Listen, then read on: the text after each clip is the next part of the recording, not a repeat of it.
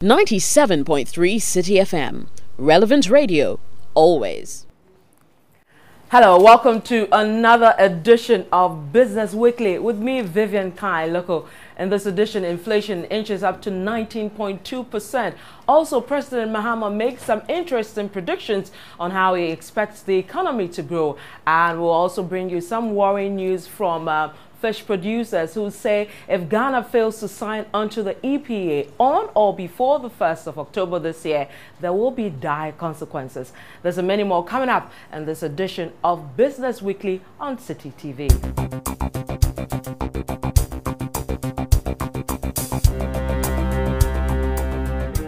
And to our very first story, where inflation hit 19.2% in March of this year, up from the 18.5% it recorded in February. Now, a lot of industry players, especially economists, have said government may not meet its target for this year for inflation, which is 8%. Now, the government statistician Dr. Philomena Nyaku attributed the hike to increase in transport fares.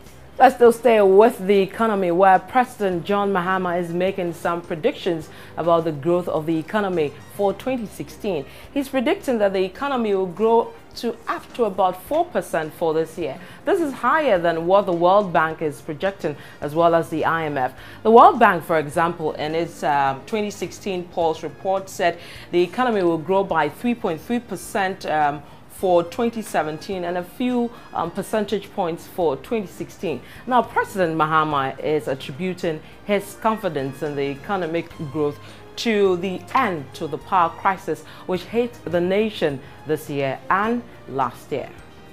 We still stay with the economy but go to the fishing industry, where Ghanaian exporters want government to sign on to the economic partnership agreement on or before the 1st of October this year. They warn if government fails to do so, it will lead to a number of them shutting operations or sacking quite a number of their workers because they can't keep up with the figures. Now, the EPA, if Ghana signs onto, will open its markets to some products coming from the EU market, which will attract no charges and vice versa. But a refusal to sign onto the agreement will result in the position of tariffs on some exports from Ghana to Europe. Now, exporting companies, including Golden Exotics, Pioneer Food, Canry Limited, say signing onto the agreement is in the best interest of Ghana.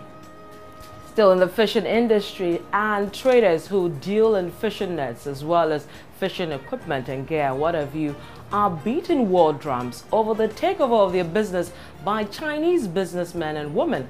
They warn if government doesn't step in to deal with the matter, they will take the law into their own hands, lock the shops of these foreigners till government does something about it.